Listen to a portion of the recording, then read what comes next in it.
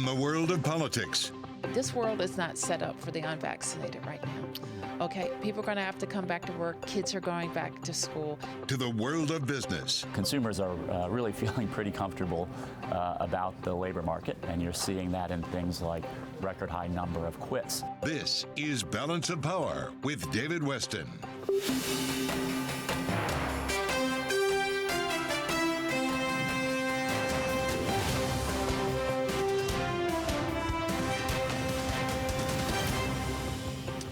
From Bloomberg World Headquarters in New York to our TV and radio audiences worldwide, welcome to Balance of Power. We start with a check on the markets. Joining us right now is Abigail Doolittle. So, Abigail, it looks like little moves, but I don't see a lot of drama here. Very small moves, not a lot of drama at all. The summer melt-up that we've been having for a number of days now, absolutely continuing. Cruise control for the bulls. Where we do have some action, though, David, is on the year. We are, of course, at that midpoint, and right now the S&P 500 on pace, headed to its fifth up quarter in a row, the longest winning streak on a quarterly basis since December of 2017. This year, right now, up 14%, a banner first half, especially when you consider that it's based on the reflationary trade. That energy index headed to its best year ever. It's only the halfway point at 42%, of course, being helped out by oil up more than 50%.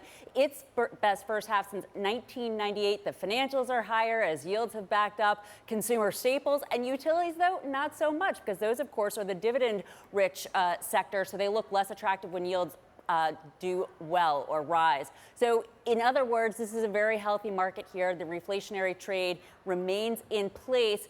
And a big piece of that, as I was just mentioning, yields rising. You and I have been talking about whether or not we'll see that 10-year yield at 2%. Not there right now, but on the year so far, up, backing up 50 basis points. In the first quarter, David, 80 basis points, and then down 25, but net still really helping out the banks and energy. Okay, thank you so much for that report on the markets from Abigail Doolittle. Jobs are on the agenda for the rest of the week, with ADP numbers coming out earlier today and U.S. jobs numbers for June coming out on Friday. We welcome now the newly appointed head of the House Republican Task Force on Jobs and the Economy. He is Mr. Congressman McHenry of North Carolina. So first of all, I guess congratulations. You got a promotion. Tell us what you're going to be doing with this new task force.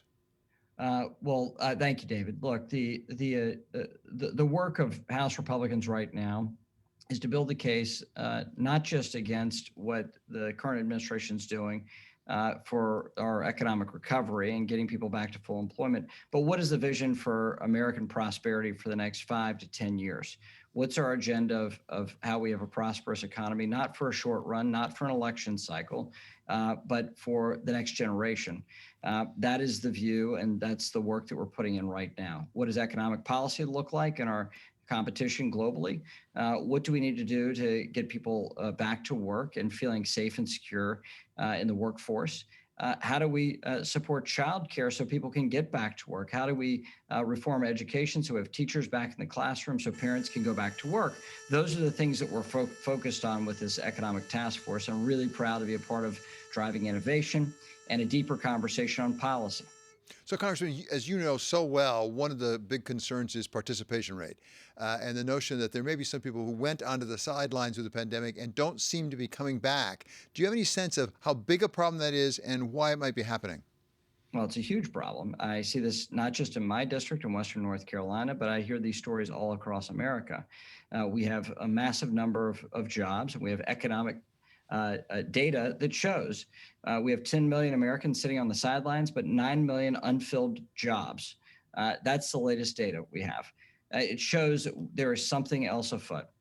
And from what I understand and what my view is that we have a multi-layered effect. We have overly generous unemployment benefits that are keeping people on the sidelines, very nicely, prosperously on the sidelines.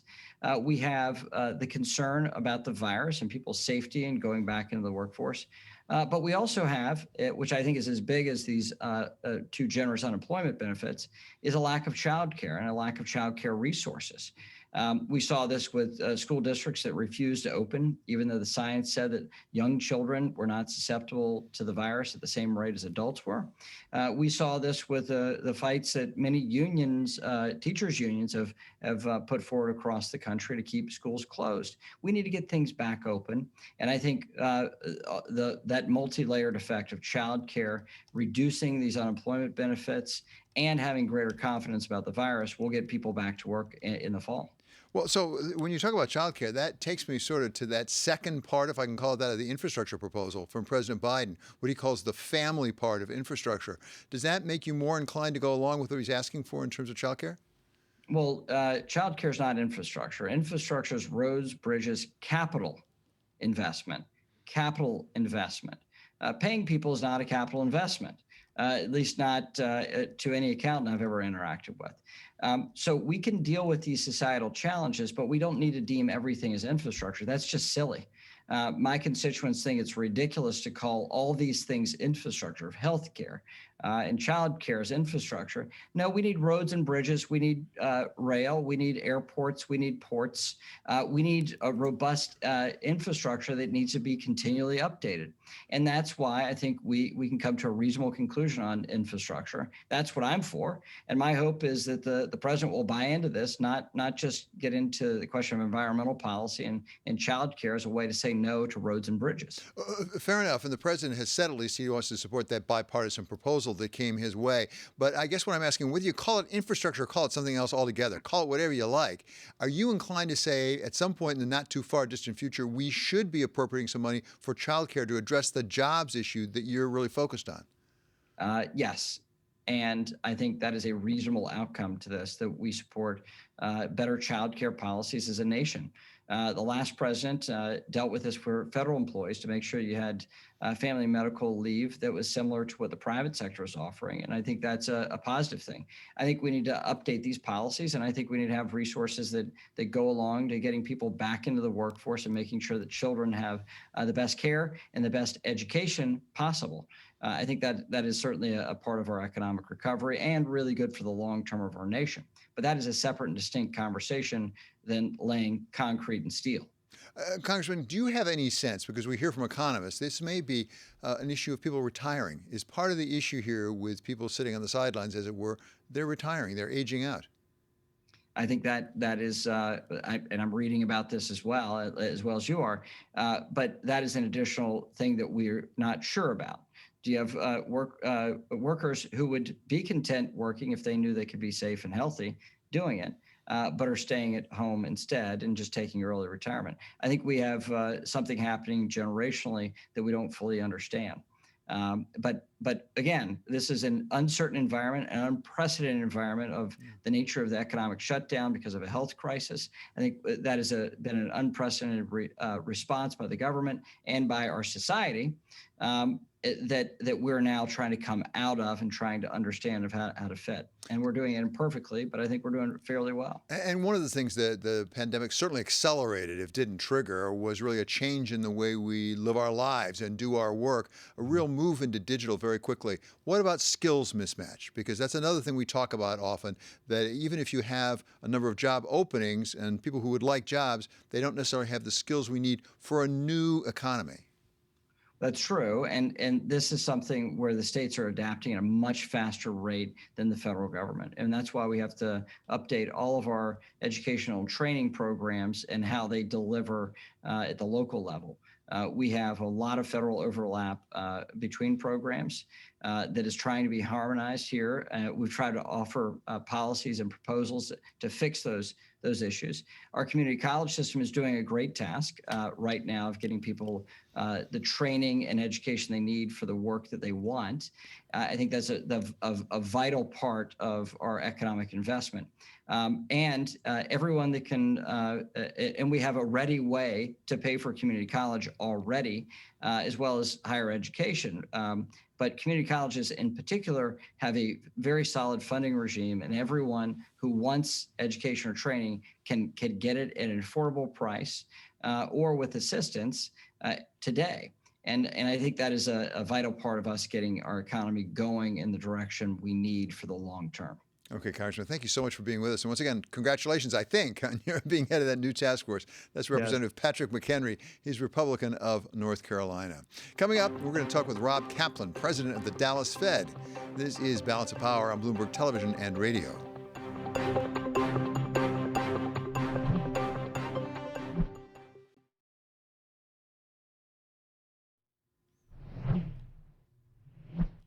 This is Balance of Power on Bloomberg Television and Radio. I'm David Weston. We also want to welcome our audience on London DAB Digital Radio. Republican Congressman Andy Barr of Kentucky spoke with Bloomberg Television and Radio earlier today. And when he was asked what the Fed should do, he said it was pretty simple. They should listen to Robert Kaplan. Well, I think what the Fed should be doing is listening to Robert Kaplan, the president of the Dallas Fed, who has been the most hawkish on this inflation question. And so it's particularly fortunate that my colleague Michael McKee has brought Rob Kaplan himself in to talk with us today, and I welcome them both now to Balance of Power. Thank you, David. And Representative Barr, ask and ye shall receive. Thank you very much for joining us today, Thank you, Mike. President Great to be Kaplan. seen in person. You heard Representative Barr. Are you the most hawkish on inflation? I think that all I've been saying on inflation is there are parts of this price surge that'll moderate used cars prices, lumber prices, but they're also, what we're seeing in our work is we're seeing a broadening of price pressures that are rippling into a broader range of items. Semiconductor shortages first affected used cars. Now they're starting to affect more broadly consumer products. Having said that, our PCE forecast for this year, for year end, is 3.5%, but we think that'll moderate somewhat to somewhere in the neighborhood of 2.4% next year. But that 2.4% next year won't be impacted by extreme number of high items. It'll be price pressures on a much broader range of items. So the only comment I've made is I don't want to label, but I'd like to manage the risk because there is uncertainty and upside risk. Well, there's uncertainty, and a lot of the inflation that we're seeing was predicted by members of the Fed and the Open Market Committee. So how long is it going to take you to have actual concrete numbers that aren't based on just reopening to know whether you're right or wrong about inflation? I think this is going to be a dynamic picture, which is I don't actually think there's a date at which this is going to become all of a sudden clear. And the reason I say that, again, I'm hearing from my contacts, some of these pressures are due to reopening. We'll see evidence of that, I would guess, through the fall. But some of them, they tell me, are more persistent, have to do with other secular trends, long-lasting supply-demand imbalances, and those may take longer to resolve. Today, ADP, 692,000, comes in a bit stronger than expected. Does that tell you anything about the labor market? What do you expect for Friday? The ADP report is about what we would have expected at the Dallas Fed. We still think there's a substantial number of open jobs, record number of openings on the one hand, but there's still a lot of supply constraints. You guys have the dual mandate. You want progress on both sides. If we don't get up to near $1 million a month, million jobs a month soon, if labor participation doesn't rise, does that affect your call for maybe an earlier taper? I think these supply-demand imbalances are likely to persist. And so we've been saying for the last couple of job reports that our expectations for the headline numbers should be a little lower. And why is that? We think there are something like 2.75 million people are now who have said they're retired when they were in the labor force in February of 2020. 1.5 million people have left the workforce because they're caregivers. So the participation rate from those groups, it's very uncertain when they're going to come back. Against that, we've got 9.3 million job openings, and the quits rate is historically high. So I think our own expectations is you may not see the explosive headline numbers, but we're seeing continued improvement, and we expect continued improvement in the labor force. What are you hearing from people in companies in Texas? Your Dallas Fed manufacturing survey shows 70% of companies say there's a lack of available applicants, 60% of service companies, 76% of retailers. That's what we're hearing. Across the board, can't find workers at $12 to $15 an hour, can't find mid-skilled workers. General shortage of workers to the point where many of the contacts I talk to are cutting back operating hours, cutting back production runs. They're trying to increase comp, they're offering bonuses, they're doing all sorts of things, but there's a lack of supply. What about the idea that people are going to be moving from cities to smaller areas or cheaper areas? I mean, you're the man to ask here. The report yesterday that Goldman Sachs, your alma mater, is considering its second biggest headquarters in Dallas. So you're going to see a continued migration of people and firms to Texas, and you're going to see a continued migration across the country. I think it would be a welcome development if some of these smaller towns saw their population stabilized and began to attract more workers. Pre-pandemic, the issue not in Dallas or Houston, but in smaller towns is they couldn't keep population. So with remote work, that would actually be a welcome development. But for Texas, you're going to see continued flow of people and firms to the state. Well, your chance to brag on Texas here, because in Michael Lewis's book, Liar's Poker, equities in Dallas was the worst possible assignment a new young financial person would get. What changed? For the last 20 years, the story of Texas is, again, migration and diversification of the state. The state 25 years ago was very heavily reliant on the oil industry. Today, it's probably 7% of the state's GDP. We've got a vibrant technology sector, logistics, supply chain movements there, and broad diversification of the manufacturing and the service sector. But a lot of it is driven, again, by migration of people and firms over the last 20 years, and that's continuing today. Well, let me go back to the taper issue. You've warned we could see imbalances, we could see excesses in financial markets if you wait too long. How long is too long? When do you need to if the market consensus is the end of the year, is that about when you should start tapering, or has it got to be sooner? I would prefer sooner, and I've said the words deliberately vague, sooner rather than later. In the FOMC meeting, I'm very more specific about timing. We still have to continue to make progress, clear that we've weathered the virus, which I think we have, but I think it'll be far healthier to start soon and sooner rather than later. Why? Excess risk-taking, excesses in the housing market, and excesses and imbalances in the overall economy. And I do believe if we take our foot off the accelerator gently now, we'll have more flexibility down the road to avoid more abrupt action or severe actions in the future. I really believe that. Well, you've said to the markets, we're going to give you a long runway before we announce this. If you move it up, does that shorten that runway, and is the Fed a bit of a prisoner of a taper tantrum fear? I think the aftermath of this downturn is very different than the aftermath of the Great Recession. 2013, we learned a number of lessons. On the other hand, I think today, I think our adjustment in purchases is likely to go much better. And one of the reasons why I've been out there talking about adjusting purchases is I want it to get out into the market. And I think this debate we're having at the FOMC, some of it publicly, is good, that people are on notice that these adjustments are coming. The only question is when. But I think we'll be far healthier sooner rather than later to begin. Well, if you begin because you're worried about risks, are you adding a third criteria to the idea of making substantial progress on your twin mandates? I think that we're going to get to substantial further progress probably sooner, much sooner than I would have expected back 6 months ago when we stated that benchmark.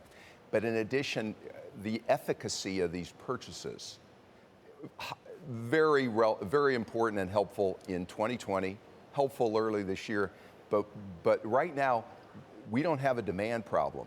We have more of a supply problem. We have plenty of demand. These purchases are very adept at stimulating demand, but we've got plenty of demand. Our problem is supply, and these purchases are not very effective when you've got a supply issue. And so that's a factor that tells me that as soon as we can get to substantial further progress, we'll be healthier to wean off these purchases. What's substantial further progress? For me, it's evidence that we've weathered the pandemic, and I'm watching the Delta variant, and just to confirm that the vaccine is still effective against that, which we still think it is, but I'll be watching it. And then further progress in the jobs market. We're obviously made progress on the inflation front, but I think for my taste, when we stated this objective back in December, I think the SEP for full employment at the end of this year, for employment at the end of this year was about 5%. We're about 5.7% now. We're going to make progress versus that December benchmark. And I would be, and I guess I am saying I'd be on my front foot in being very ready to take action sooner, because I worry about the efficacy and some of the side effects of these purchases, which I think could create some challenges for us. Well, the consensus on Wall Street is also that it would be about a year-long process to wind down QE. Is that about right, or do you think that should go faster? I'm not going to publicly prejudge that. I mean, we have to decide when we announce it, when we start, what the pacing is. Is there any difference between treasuries and mortgage-backed securities in terms of pacing? But I think it should be done gradually. And so that would be my main thought. We'll decide on the exact time frame, but I think the runoff should be gradual. Well, if you're going to have an inflation problem, it has to be a cycle. It isn't just a one-off set of price increases.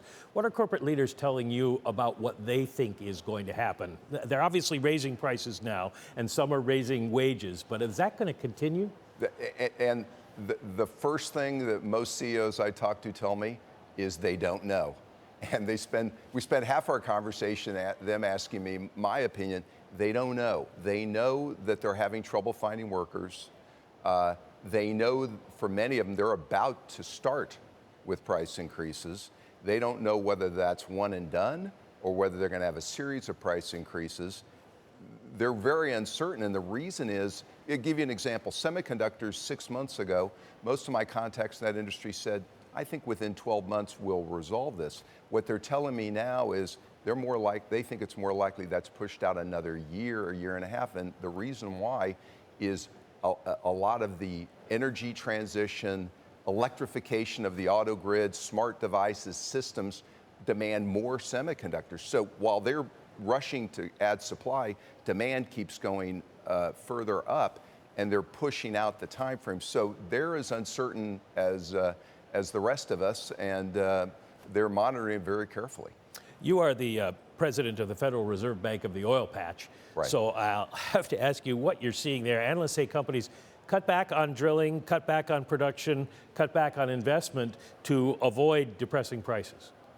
Well, they cut back to survive initially. So for last year, remember there was the supply shock, but there was also a demand shock because of COVID.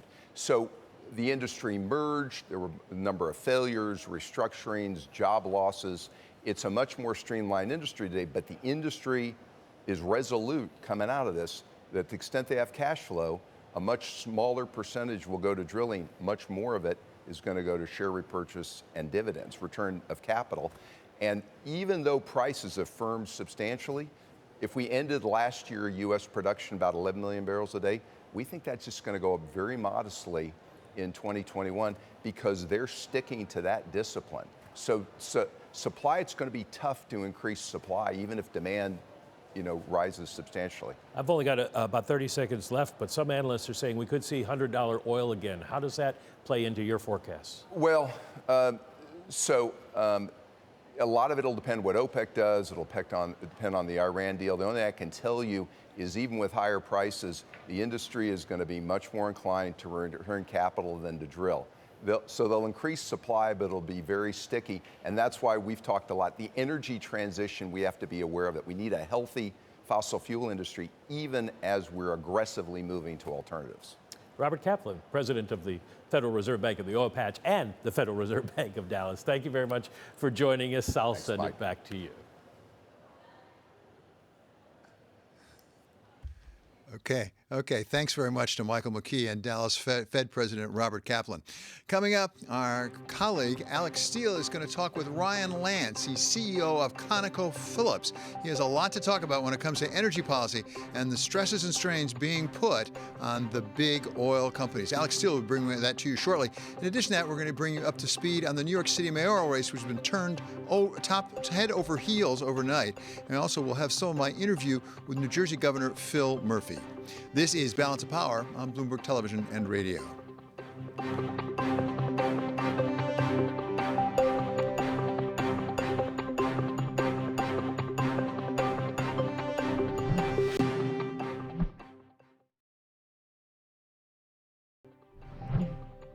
This is Balanced Power on Bloomberg Television and Radio. I'm David Weston. They say that elections have consequences. When it comes to the election of President Biden, one of the biggest consequences may have been in energy policy, which only adds to the pressures on major oil companies to address issues the investors themselves are pressing harder than ever.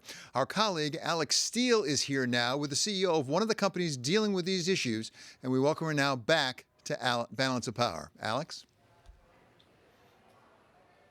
I want to welcome our Bloomberg television and radio audiences as well as the cable audience. I'm pleased to welcome Ryan Lance. He's chairman and CEO of Conocophillips. And Conocophillips has actually been able to avoid a lot of the activist pressure, in part because of the numbers that they released today. Ryan, we're talking some serious money that you're going to be throwing off in the next few years, reducing spending. You're boosting your share buyback this year. You're going to generate $70 billion of free cash flow over the next decade, all of which you're also dealing with capital savings. How are you doing that all? Are you setting us up for a super cycle? No, I don't think so, Alex. I think it's just following the value proposition that we described, 4 or 5 years ago, which is, really modest growth in the business, really a focus of returns on capital and of capital back to our shareholders, and really being disciplined how we do that. We survived the great pandemic of 2020 really well. The balance sheet is really strong. And it allows us to do a combination with Concho at the end of last year, beginning of this year, that really put the company on a great stead going forward. It allows us to deliver this free cash flow back to the business, reinvest only 50% of our cash flow, and return a significant portion of that back to the shareholder, all while growing and developing our company in the process. So it really is just the culmination of a lot of hard work inside the company that's really, we think, laid out a credible, resilient plan for E&P companies. So I asked about the super cycle. Why isn't moves like this setting us up for an oil super cycle? Well, it's I'm optimistic on the way this is headed over the course of the next couple of years. I think the demand is recovering, which is good, and then OPEC, the OPEC group has got discipline in terms of returning some of that spare capacity back into the market. And then the U.S. E&P companies have exercised capital discipline through the process as well. And I think that's all very, very helpful. I think the real question is, when all that comes, when demand recovers to pre-pandemic levels, excess supply comes back into the market, what is the price accrued at that point in time? Because that'll dictate the call on U.S. crude. Mm-hmm. So while I'm optimistic, the other thing I say is if $100 comes, you better get prepared for 50. Because if $100 comes and that's the price of oil, I think drilling is going to pick right back up in the U.S. All that supply is going to come back into the market. You got to be prepared for volatility. Which is why you're 50. You base your deck on $50 oil. So a quick question on that point: capital discipline versus flexibility. If you needed to pump more oil quickly, would you and can you? What's the trade-off between capital discipline and managing the flexibility and volatility? Yeah, I think what we're looking for is a good sustained price, something more than 3 days or 3 months. We really want it to sustain for 3 years. And if we think we see that, we'd react differently if it was a sustained kind of price tag. And that's what we do in our is pretty sophisticated scenario modeling system, is try to find that. We've got a lot of growth potential. We got 23 billion barrels of less than $40 cost of supply resource sitting in the company today. So can we ramp up? Could we do more growth? Yes, we could, but only if it didn't come at the expense of good returns in the business, and if there was a sustained call for that kind of growth coming from the U.S. tight oil markets. All right, fair enough. Let's get to that $7 billion cash pile. You mentioned earlier that you're going to stay in the market for M&A. What does that mean? Well, it just means that, we're in the business every day. We're buying and selling and trading assets around our core areas. If you look past our history over the last 5 to 6 years, we've been sellers of assets, we've been buyers of assets. We've accumulated, cored up our position in Alaska. It culminated with the Concho transaction at the beginning of this year. But we also announced today that with that transaction, we'll sell $2 to $3 billion over the course of the next 18 months to continue to prune the portfolio, all in service to lowering the cost of supply, lowering the break even of the company, and continuing to make sure that we're returning capital back to the shareholder, and we're getting adequate returns on our capital that's competitive with the S&P 500. Rumors were surrounding Shell that they might be offloading some of their Permian assets. I asked Ben Bearden that. He obviously didn't take the bait. Are those kind of assets something that you would be interested in, or do you want to diversify regionally? Well, I think, we don't comment on the market rumors either. Probably the same answer that Ben gave you. But I think anything that's in and around the area that we operate, that we have core positions, people would be not surprised that we take a look at things that are contiguous or consistent with where we currently operate. Again, we're agnostic to where it's at. It really has to fit our financial framework and our cost of supply framework to be competitive. Talking about rumors that were proven true, though, Qatar Petroleum is selling off some stakes for its huge LNG project. All the majors are bidders there. What's your level of confidence that you'll win out on that? And what kind of return would you expect? Well, I know I'm preaching again to the same point, Alex, but we're happy. We have a great position in Qatar today, great relationships with the Qataris. We have put in a bid. We hope that it's competitive, but it's got to fit our financial framework to move forward as well. We expect it can. We put in a bid that's consistent with that, and we hope to be a partner for a long, long time in Qatar. In terms of that's my way of also asking about LNG, because gas prices have just been on a tear, and the climate changes that we're seeing within different weather atmospheres that lead to these spikes in gas may not be going away anytime soon. Do you feel like you need to beef up that part of your profile? Like, how might you capitalize on that? Well, today, Alex, we have 180,000 barrels a day equivalent of LNG production today, and very significant assets in Australia and what we talked about in Qatar. We are pretty bullish on what the outlook is over the course of the next decade and beyond, because we think gas has a major role to play in this energy transition, more than a bridge, a very long period of time going forward. So absolutely, we like the profile of LNG projects. They lower capital intensity in your portfolio. And again, we're a company that believes in global diversity. It just has to fit our cost of supply framework. And LNG today coming out of Qatar fits that very well, being the lowest cost gas in the world today. All right, let's get to emissions for a sec. Your goal of 35 to 45% reduction in greenhouse gas emissions by 2030. And I'm curious as to what kind of government incentives do you think that you need to see to get there, or do you do it on your own?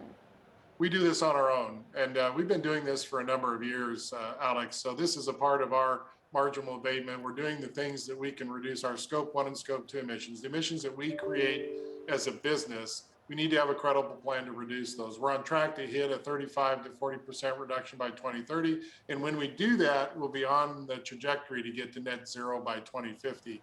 It's our commitment. We think every company, every industry should have a credible path to get rid of their Scope 1 and Scope 2 emissions, such that we can be consistent with the Paris-based agreement, which we've done as a company and we're committed to do. It's portfolio work, and it's actually making investments to reduce the emissions, not requiring any government intervention.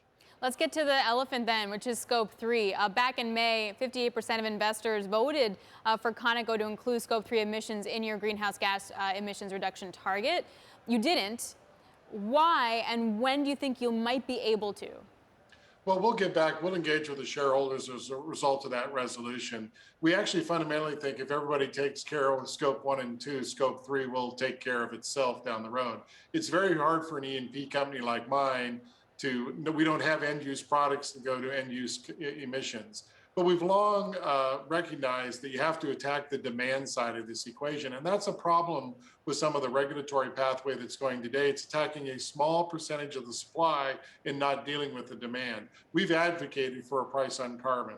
We've long advocated that since early 2000s. And now we support the Baker-Schultz plan. We're a founding member of the Climate Leadership Council. We think the best way to attack the Scope 3 side of it is actually go to the demand side of the equation with a economy-wide carbon price.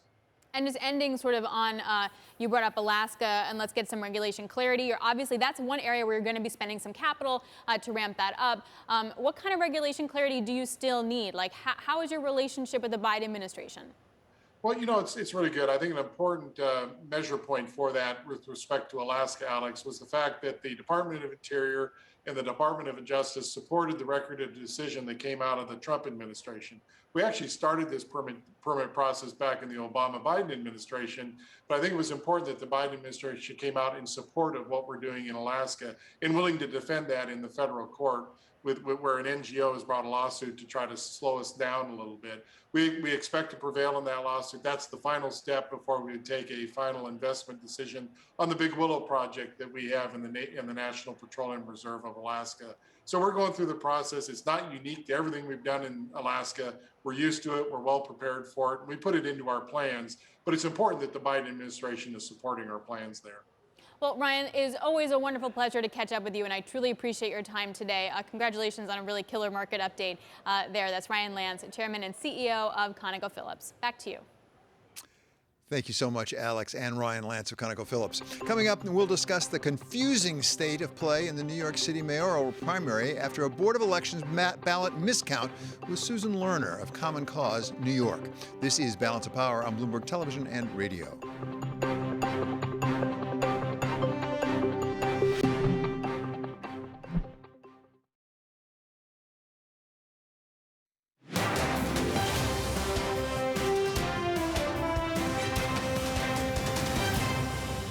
This is Balance of Power on Bloomberg Television and Radio. I'm David Weston. For Bloomberg First Word News, we go now to Mark Crumpton. David, thank you. The Trump Organization and Chief Financial Officer Alan Weisselberg will be indicted tomorrow. The Manhattan District Attorney's Office reportedly is set to charge the company and the CEO with tax-related crimes. These would be the first criminal charges since an investigation began 3 years ago. The former president is not expected to be charged. Russian President Vladimir Putin has accused the United States of playing a role in what he called a provocation in the Black Sea last week. President Putin says a few hours before a British warship engaged in a standoff with the Russian Navy off the coast of Crimea, a U.S. reconnaissance plane took off from Greece to observe the Kremlin's reaction. Russia says it used warning shots to force the British ship to leave. As U.S. troops continue to withdraw from Afghanistan, announcements indicate a majority of European troops have now left the country. There was no immediate update from NATO on how many nations still have troops in the Resolute Support mission. Germany has announced the end of its nearly 20-year deployment in Afghanistan. 3 transport aircraft landed at a German airbase today. Global news 24 hours a day, on air and on Bloomberg Quick Take, powered by more than 2,700 journalists and analysts in over 120 countries. I'm Mark Crumpton. This is Bloomberg. Thank you so much, Mark. New York City awoke this morning to news that what had been a confusing mayoral race for some had become truly baffling, as it turns out that in doing the second tally for that ranked choice voting election, officials had mistakenly counted about 135,000 dummy ballots, so-called dummy ballots, that were supposed to be used for testing the system, but never included in the count. To take us through what happened and where it leaves the race, we welcome now Susan Lerner. She's Executive Director of Common Cause New York. So, Susan, welcome back. Great to have you here. What do we know about what happened? Well, we know it was a human error. We know there was no problem with any of the technology. The optical scanners that read the ballots were not the problem. The ranked choice voting technology was working exactly as it was supposed to. As you mentioned, there was a human error. The sample ballots should have been wiped out of the system. And in Queens, an employee made a mistake and failed to wipe them out. And they got added into the count.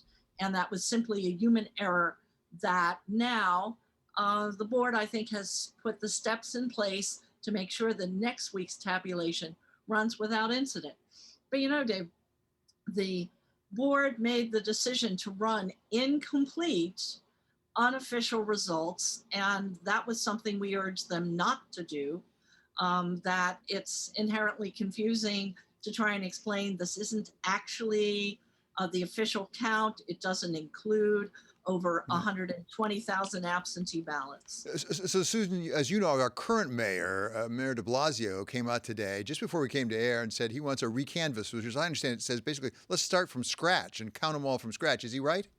I think that's way premature. The tabulation software is perfectly capable of conducting an accurate count. However, if, and you know, that's a really big if, a hand count later becomes necessary after all of the absentee ballots are in and we have a final result, Common Cause New York will be working with the board to make sure it's done correctly. But at this time, I don't see the need for that. So let me ask you what this means for the election, as far as you can understand it. Will this delay the time that we get the final results? Will it lead to challenges to the results because of this unfortunate human error, as you say?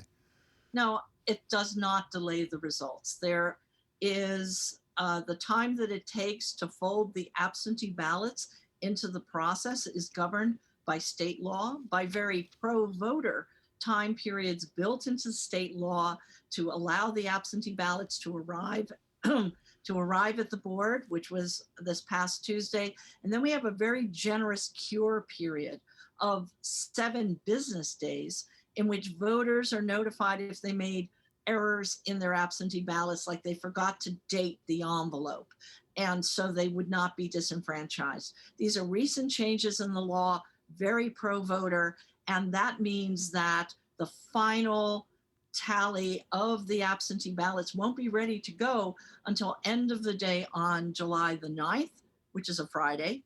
And so we're expecting the final count will go forward starting on July the 12th. And that has nothing to do with ranked choice voting. We have the same time period for the Manhattan DA race, which is not a ranked choice voting race.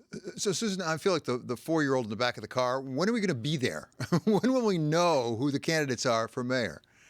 So, as I said, it's going to be the week of July the 12th because of the requirements of state law to be sure that only eligible absentee ballots are counted and that no eligible absentee ballot is unfairly disallowed.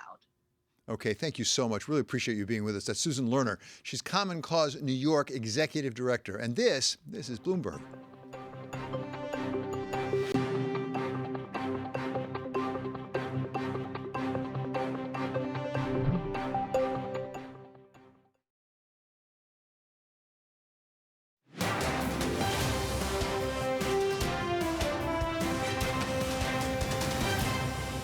This is Balance of Power on Bloomberg Television and Radio. I'm David Weston. We have breaking news right now. The summer of IPOs has begun. DiDi Global, that's the ride-hailing company from China, has opened now. The IPO was set at $14. Well, it's opened at $16.65. So DiDi Global is off and running as of now.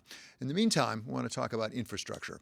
When it comes to infrastructure, there's almost no project that's been around so long or sought so passionately, at least by those in New York and New Jersey, as the new tunnels planned for years to go under the Hudson River and connect Manhattan with New Jersey.